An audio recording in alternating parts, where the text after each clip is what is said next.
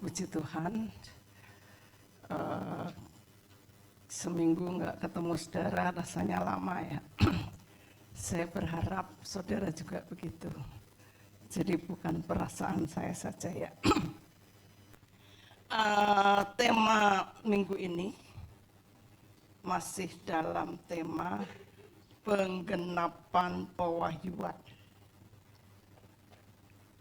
Ini tema yang luar biasa.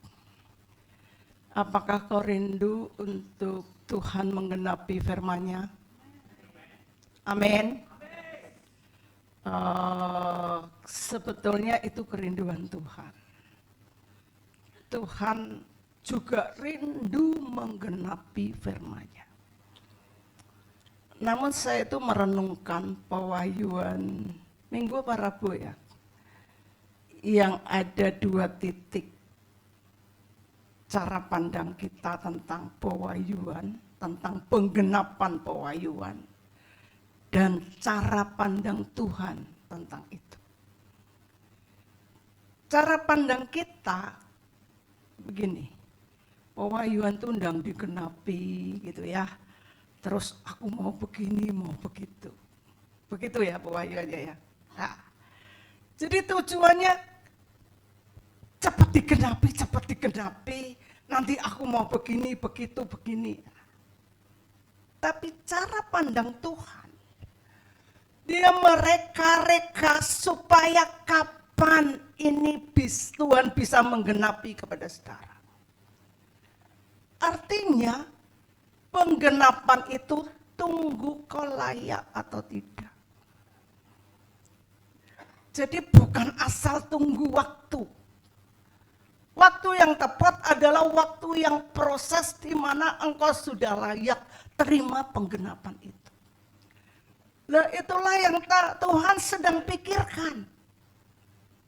Kapan ini umatku, jemaatku, kekasihku bisa siap terima anugerah penggenapan itu. Dia sedang membentuk saudara.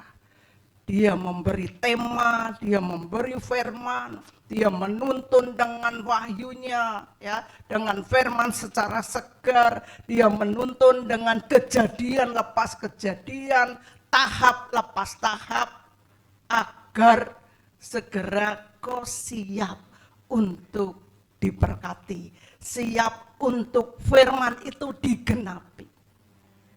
Itu yang Tuhan pikirkan. Jadi saya rindu mari kita selaraskan dulu persepsi pandangan kita tentang penggenapan pewahyuan. Kau rindu digenapi? Janji Tuhan, Tuhan mengangkat engkau, Tuhan memberkatimu, Tuhan melindungimu, Tuhan menjagaimu, engkau punya masa depan, engkau diselamatkan ya, itu akhirnya ya. Apakah engkau rindu di situ? Ketika engkau rindu, mari kita bawa dengan cara berpikir yang sama seperti Tuhan. Yaitu aku harus bagaimana? Apa yang harus aku persiapkan? Apa yang harus aku rubah? Apa yang harus aku pertobatkan? Itu yang harus kita pikirkan. Amin. Saudara ngerti?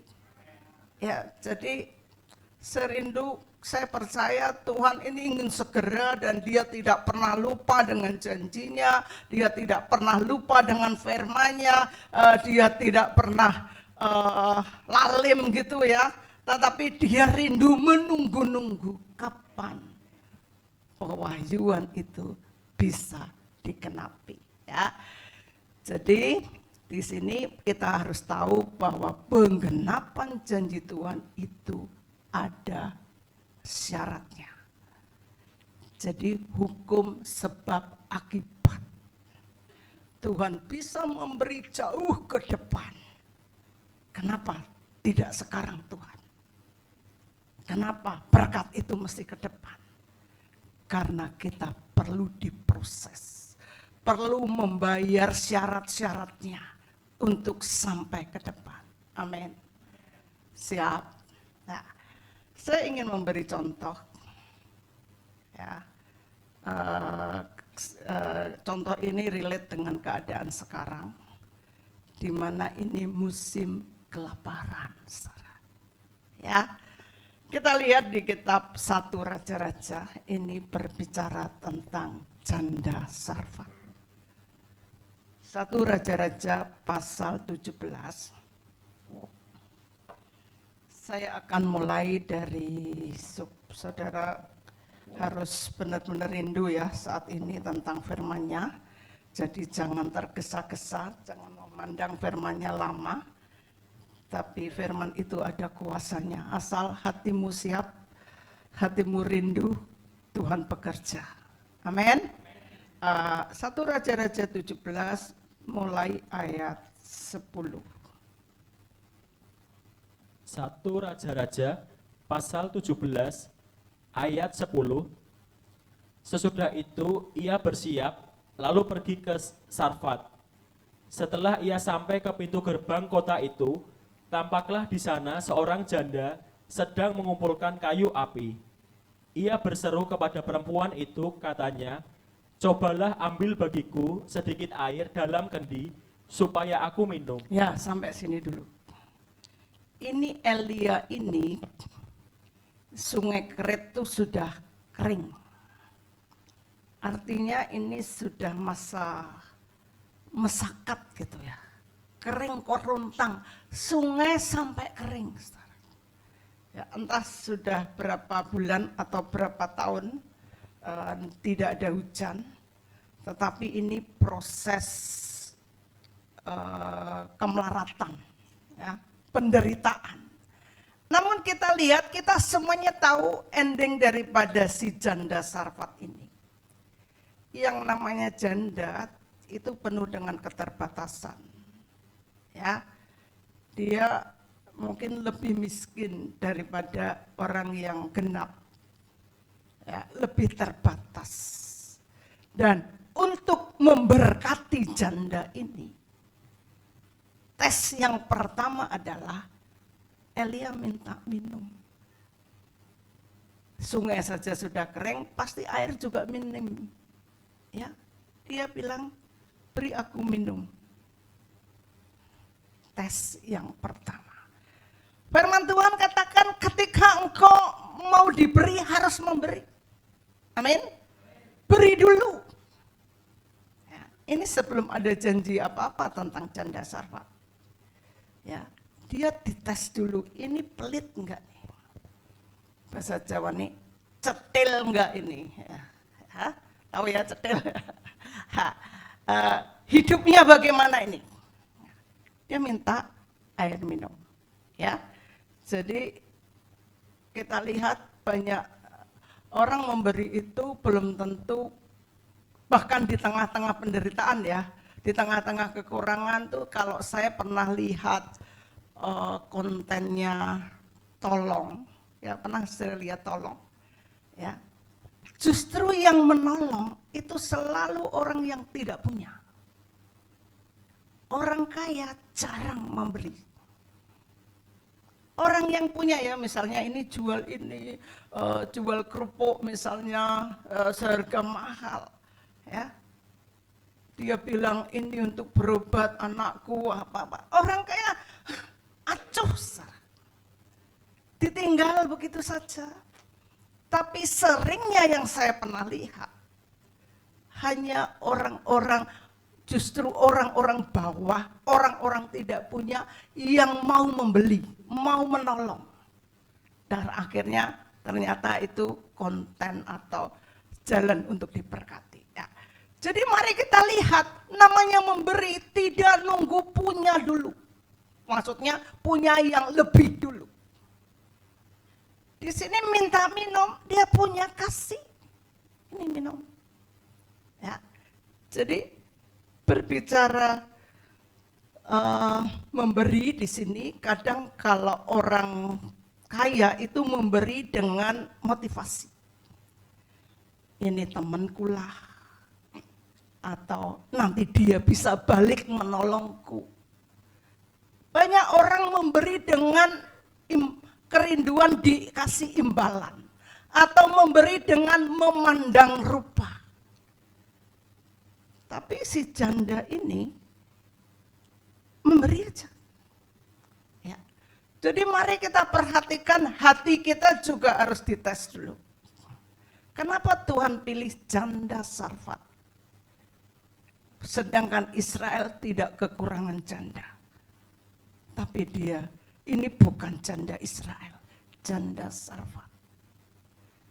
Begitu sulitkah di Israel, di kalangan Israel yang memiliki hati seperti janda Sarfat ini, yang kemudian dilimpahkan nanti janjinya. Jadi mari kita perhatikan saudara, kita hidup ini ada yang memandang, ada yang melihat dengan detail hatimu. Ya. Ada yang melihat dengan sangat spesifik kedalaman hatimu saat ini. Kau pengen janji Tuhan, tunjukkan. Karena ada tes pertama. Selanjutnya ayat 11. Ayat 11, ketika perempuan itu pergi mengambilnya, ia berseru lagi, cobalah ambil juga bagiku sepotong roti. Iya, baru mau diambilkan saudara. Kalau orang hatinya enggak bersih, si perempuan janda Sarfat ini bisa ngomong gini, kok ngelunjak kalau hatinya enggak bersih. Ya, sudah mau dibuatkan minum, sekarang minta roti. Ya, mari kita perhatikan di hadapan Tuhan. Di apapun perbuatan kita, cek hatimu memang harus bersih, tanpa motivasi. Ya, perhatikan. Selanjutnya ayat 12. Ayat 12, perempuan itu menjawab, demi Tuhan Allahmu yang hidup, sesungguhnya tidak ada roti padaku sedikit pun, kecuali segenggam tepung dalam tepayan dan sedikit minyak dalam buli-buli.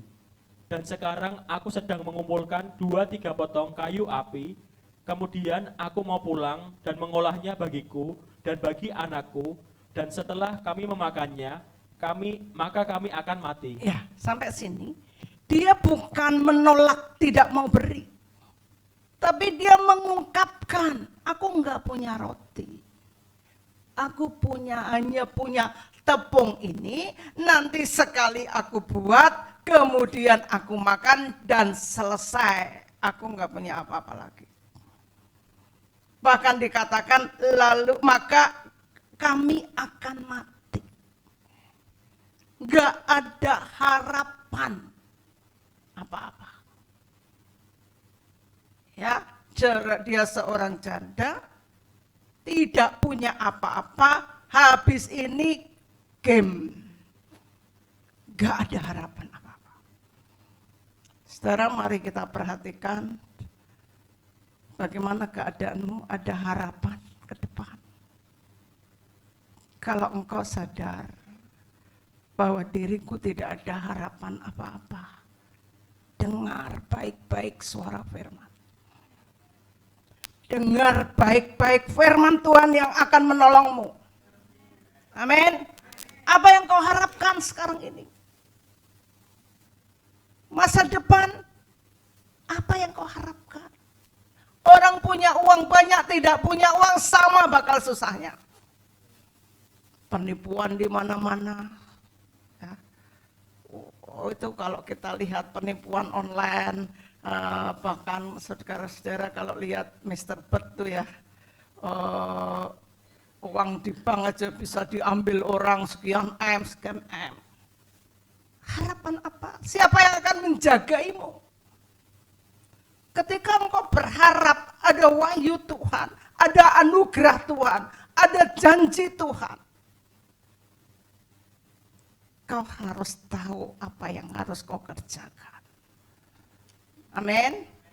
Dia katakan dia bukannya aku nggak mau memberi, tapi ini keadaannya, aku tidak punya harapan apa-apa loh habis ini.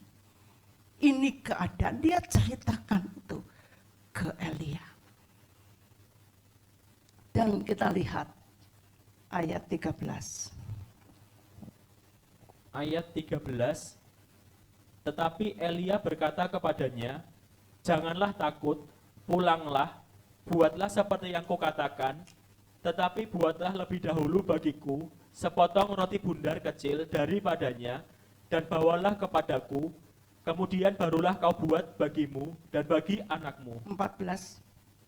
Sebab beginilah firman Tuhan Allah Israel, tepung dalam tempayan itu tidak akan habis, dan minyak dalam buli-buli itu pun tidak akan berkurang, sampai pada waktu Tuhan memberi hujan ke atas muka bumi." Iya. Saudara, kita perhatikan ada janji Tuhan ini. Ketika engkau bisa melakukan firman-Nya. Amin. Jadi kalau janda Sarfat ini tidak mengerjakan apa yang diperintahkan Elia, buat dulu meskipun hanya segenggam. Buat dulu kecil untukku, sisanya baru kamu. Bagaimana ini? Tantangan kan? Perhatikan, aku dewe rak cukup kok, suruh beri. Kebanyakan orang tidak bisa memberi. Bahkan hukum Tuhan saja tidak mau diberikan, hanya karena mikirkan aku sendiri tidak cukup. Kita mau menggenapi janji Tuhan, diberi janji Tuhan, impossible. Impossible. Karena semuanya itu ada polanya. Ya. Jadi saya rindu engkau ini benar-benar tahu Tuhanmu dahsyat, Dia bisa memberi yang ajaib, Dia bisa menggenapi janjinya, Dia bisa mengatur masa depanmu luar biasa. Kalau kau percaya itu, kerjakan perintahnya. Kalau perintah pertama minta minum bisa, perintah yang kedua lebih berat lagi, karena dia katakan habis ini aku mati. Aku saja tidak cukup.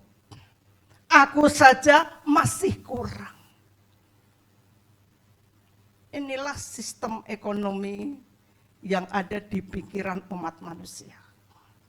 Selalu berpikirnya aku dulu. Oke lah kalau itu untuk manusia. Tapi untuk perintah Tuhan, untuk firman Tuhan, kita harus mendahulukannya. Amin. Firman-Nya, perintahnya harus di atas segalanya. Kalau kau mau ada kelanjutan hidupmu, ada harapan di situ. Ada anugerah di situ, ada hal yang spektakuler di situ. Kita harus bisa mengerjakan perintahnya. Amin. Sekalipun berat. Ini bukan perkara ringan. Kalau saya berpikir gini, sama-sama habis ini mati, lebih baik memberi. Lebih baik mengerjakan firman. Sama-sama kurang misalnya, lebih baik aku mengerjakan perintahnya dulu, daripada tetap kurang dan aku melanggar. Harusnya begitu.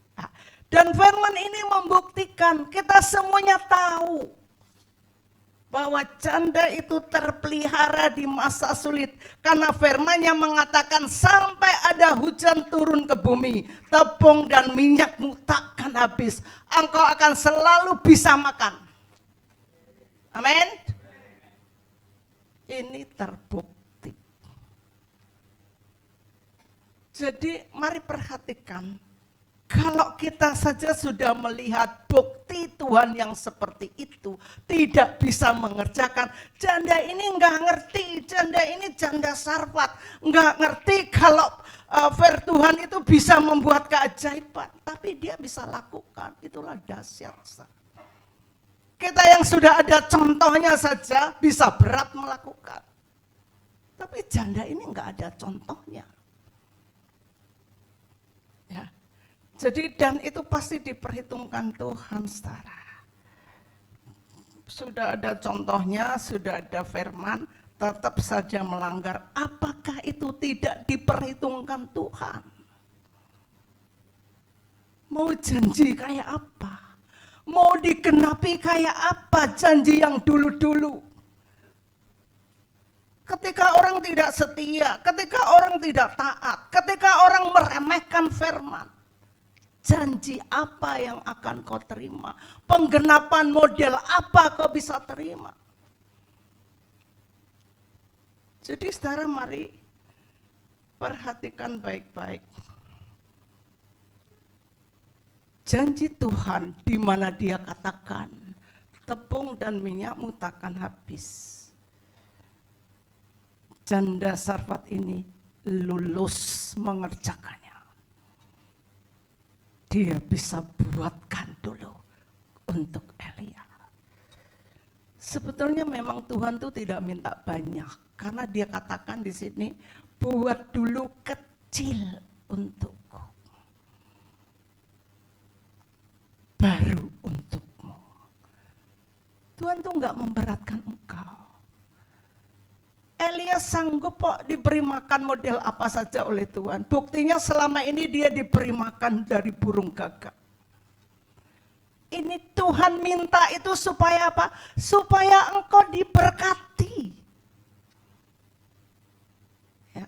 Supaya ada firman Tuhan terjadi, penggenapan itu terjadi di dalam dirimu. Jadi ketaatanmu untuk mengerjakan firman, untuk melakukan hukum, supaya rumah-rumahmu diberkati. Amin. Itu ada ayatnya kan? Oh, Yeskiel ya. Coba kita lihat Yeskiel. Saya nggak siapkan itu, tapi kita lihat. Yeskiel berapa? 44 lihat ya. Coba kita lihat.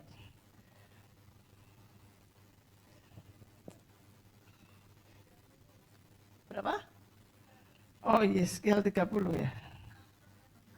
Oh, 44 ayat 30. Coba saya set. Oh. Bukan, oh. Sebentar.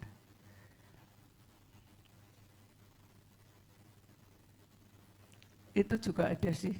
Enggak apa-apa, pakai itu aja dulu. Yeskiel 44 ayat 30. Yehezkiel pasal 44 ayat 30. Oh benar, ya. Ya, silakan. Dan yang terbaik dari buah sulung, apapun dan segala persembahan khusus dari apapun, dari segala persembahan khususmu adalah bagian imam-imam. Juga yang terbaik dari tepung jelaimu harus kamu berikan kepada imam, supaya rumah-rumahmu mendapat berkat. Iya. Siapa yang memberkati? Bukan imam, tapi Tuhan. Tuhan tidak butuh tepung jelai terbaikmu. Tuhan tidak butuh persembahan-persembahanmu. Makanya itu diberikan kepada imam. Imam mewakili diri Tuhan. Ya. Dan firman-Nya mengatakan, supaya rumah-rumahmu mendapat berkat. Ini janji loh. Ini firman Tuhan. Dan masih banyak firman Tuhan hal itu. Ya. Elia bilang, beri dulu kepadaku kecil. Selanjutnya untukmu. Dan firman ini tergenapi. Supaya rumah-rumahmu mendapat berkat, siapa yang tidak pengen rumahnya mendapat berkat? Enggak ada kan? Lebih baik saya pertanyaannya begitu, daripada siapa yang ingin, toh di saudara diam aja. Ya. Jadi ketika kita rindu rumah kita diberkati, kok enggak usah doa puasa. Kok enggak usah merajam-rajam diri untuk mendapatkan berkat. Cukup kerjakan. Kalau engkau tidak bisa mengerjakan ini, baru kau doa puasa. Doa puasanya jadi untuk apa? Untuk bisa punya kekuatan mengerjakan firman. Doa puasanya begitu. Bukan doa puasa supaya minta berkat. Tidak mungkin itu terjadi. Karena polanya seperti ini.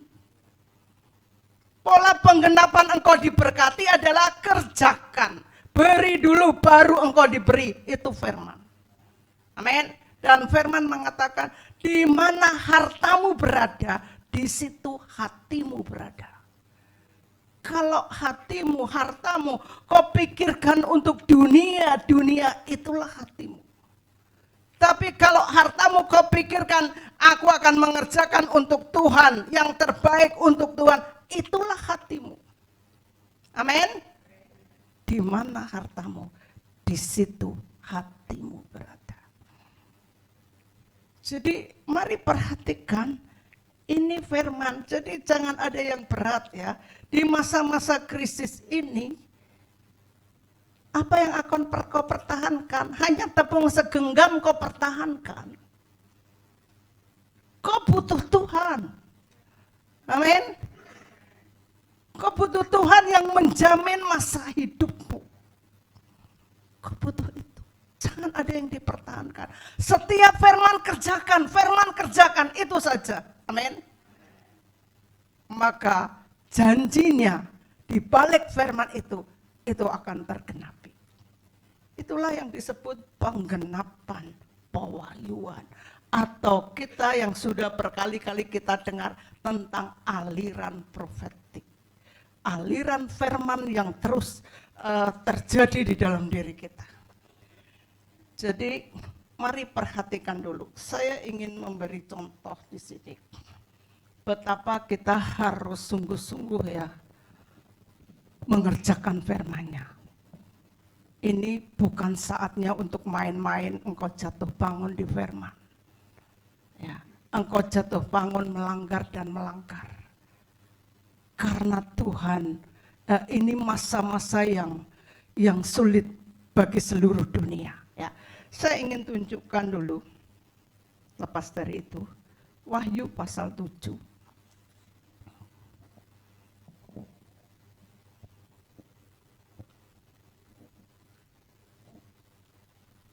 Apakah engkau orang-orang yang luput? Saudara, Wahyu pasal 7 tolong baca dari ayat 1. Ya, sungguh-sungguh ya, perhatikan jangan engkau meremehkan firman. Ya. Mulai ayat 1. Wahyu pasal 7 ayat 1.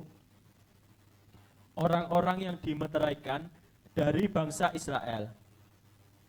Kemudian daripada itu, aku melihat 4 malaikat berdiri pada keempat penjuru bumi, dan mereka menahan keempat angin bumi, supaya jangan ada angin bertiup di darat, atau di laut, atau di pohon-pohon. Ya, sampai di sini dulu. Ini angin ditahan. Kenapa ditahan?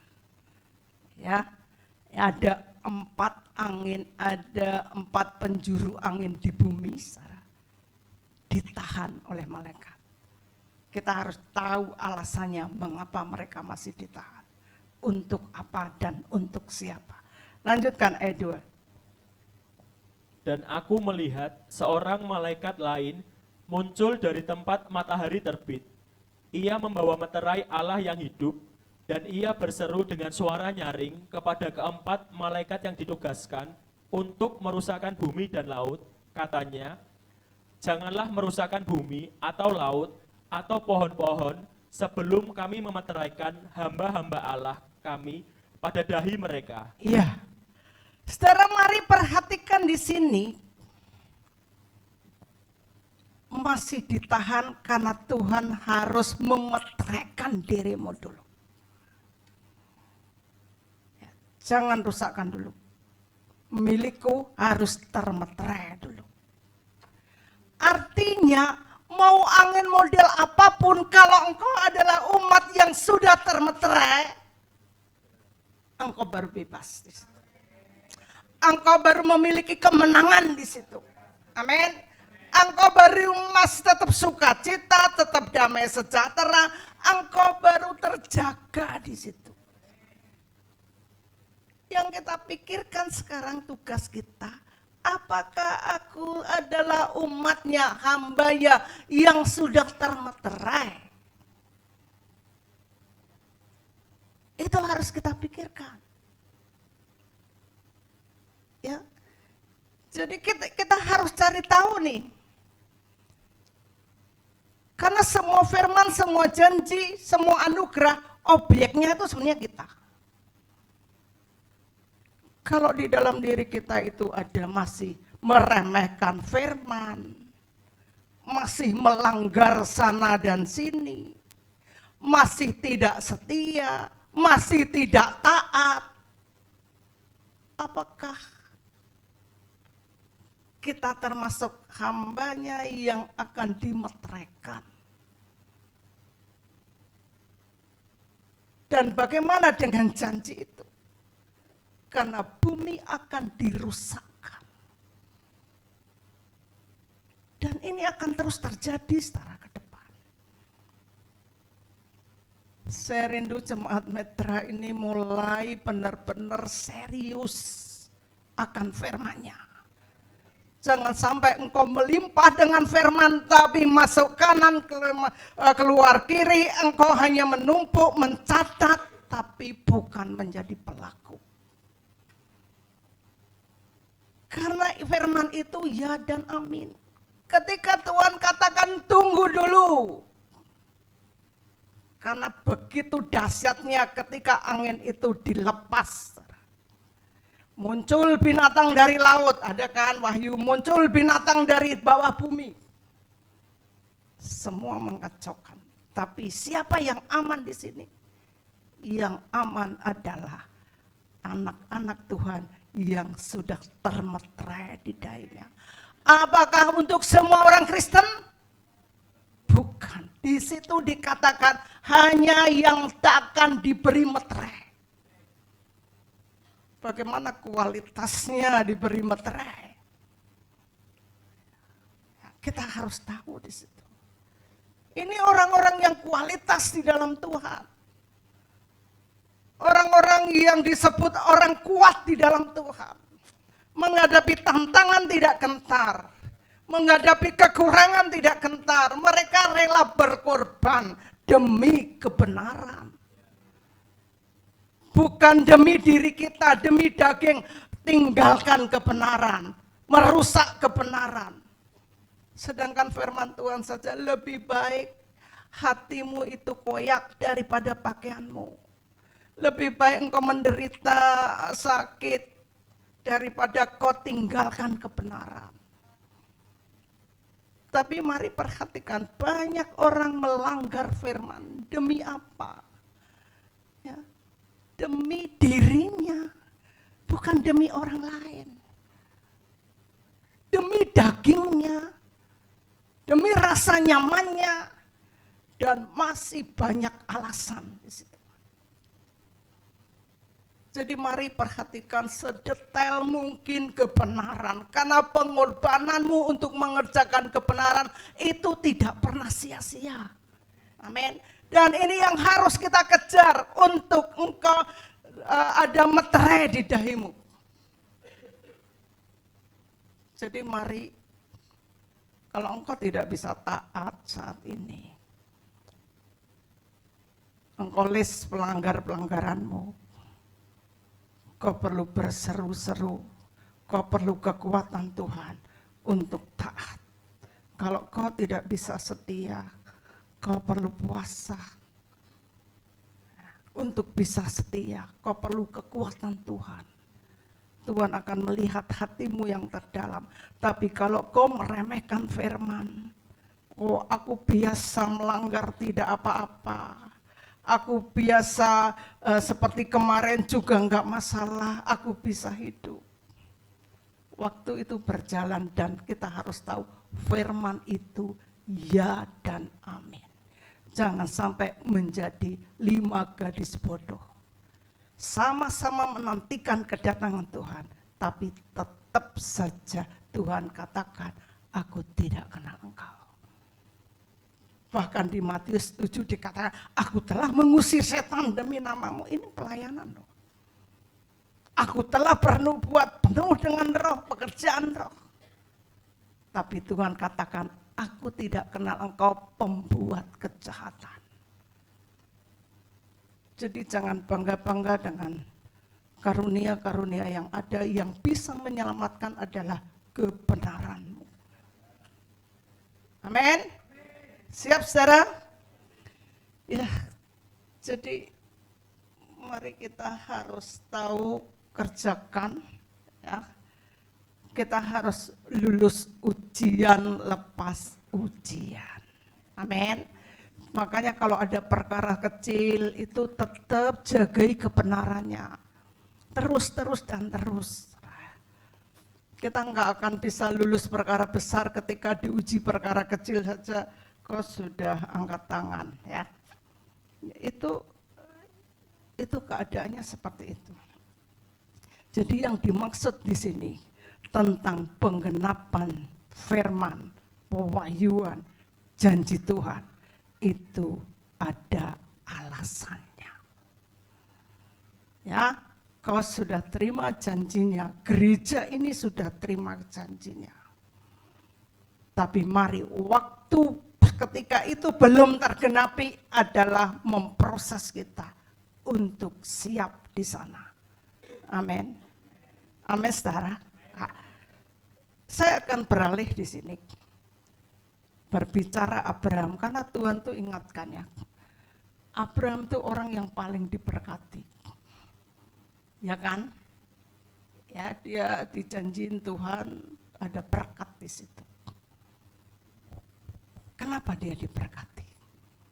Keturunannya Israel itu enggak ada lawannya, kecil mentilis, ya. Negaranya itu kecil.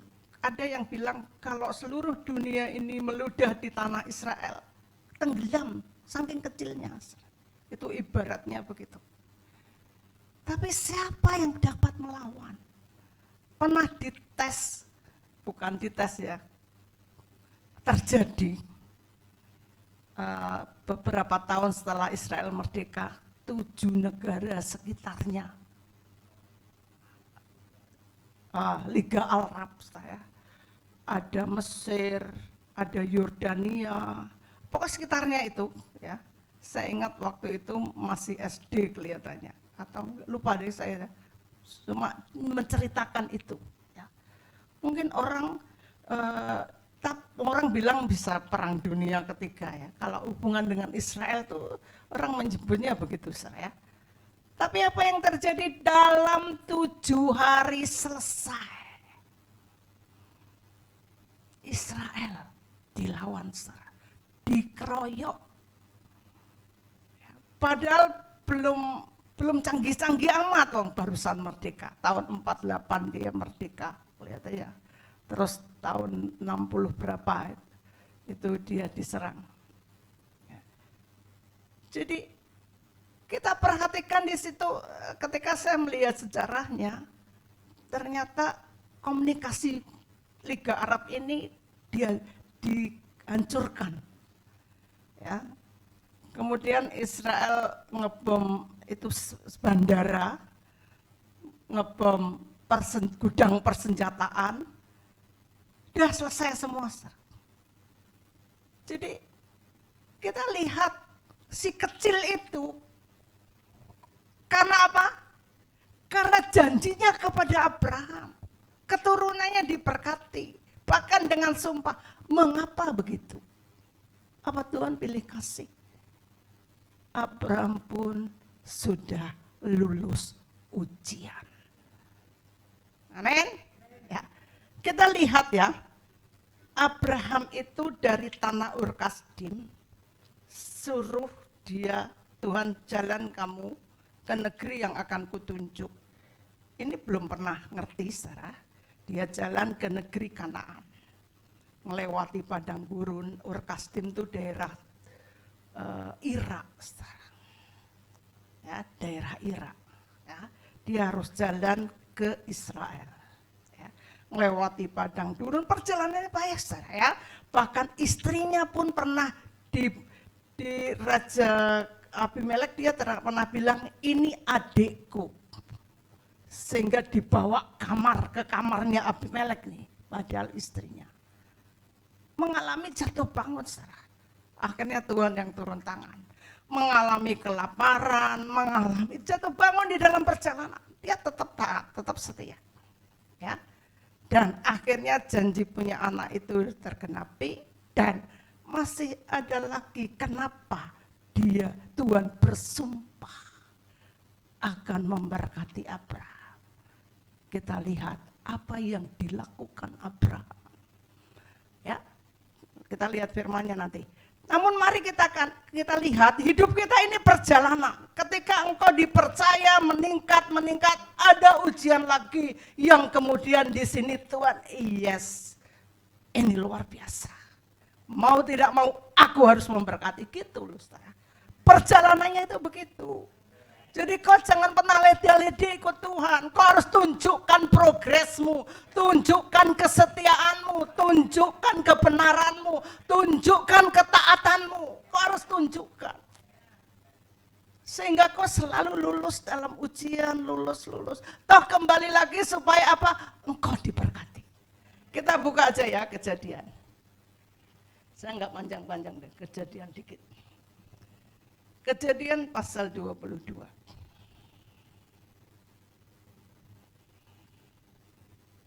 Ayat 16 dan 17.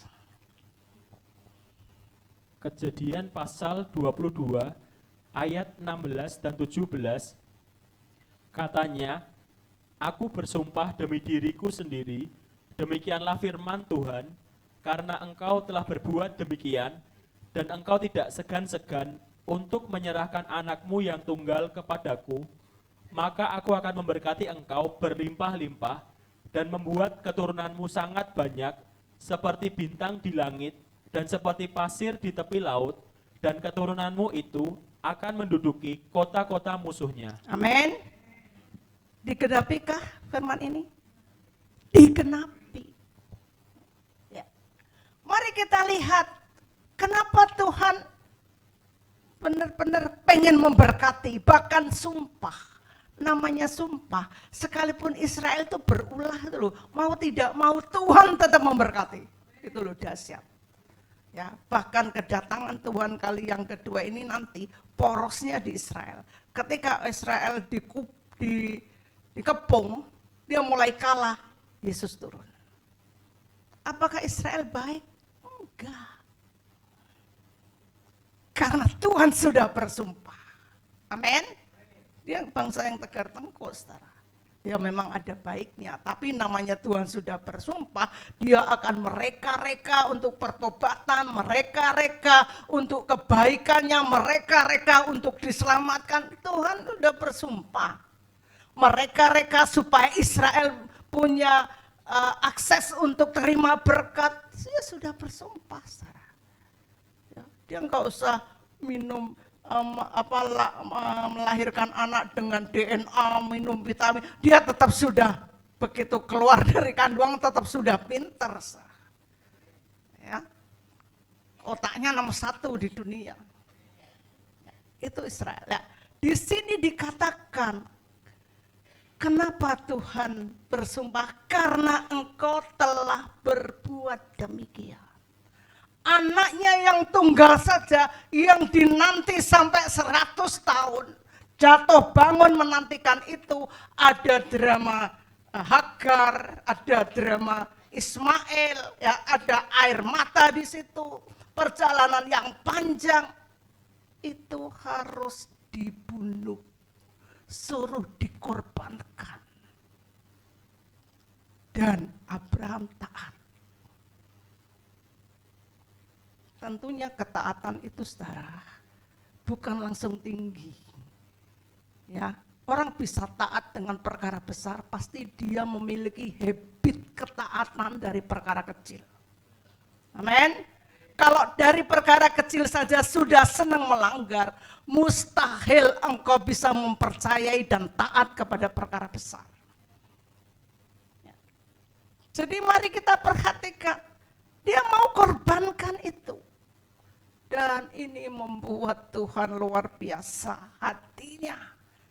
Jadi mengapa Tuhan suruh Abraham menyerahkan anaknya untuk dibakar, untuk disembelih. Mengapa? Hanya untuk supaya Abraham diberkati.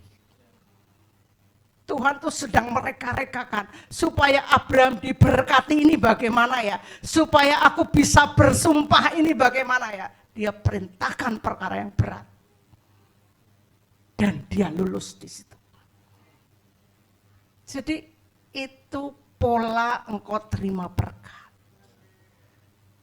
Amin. Ya.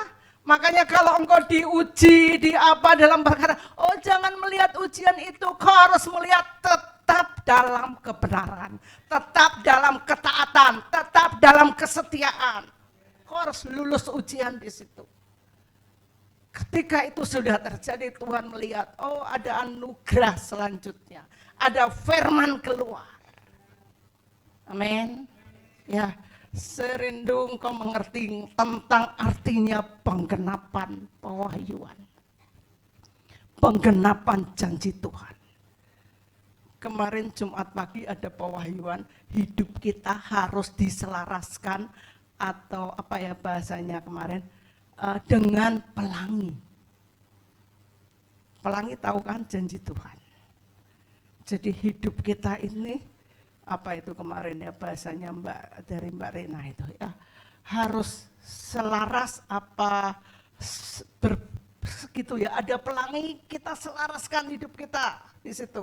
Terus nanti ada pelangi lebih tinggi lagi, ada pelangi lebih tinggi lagi, ada standar pelangi ya.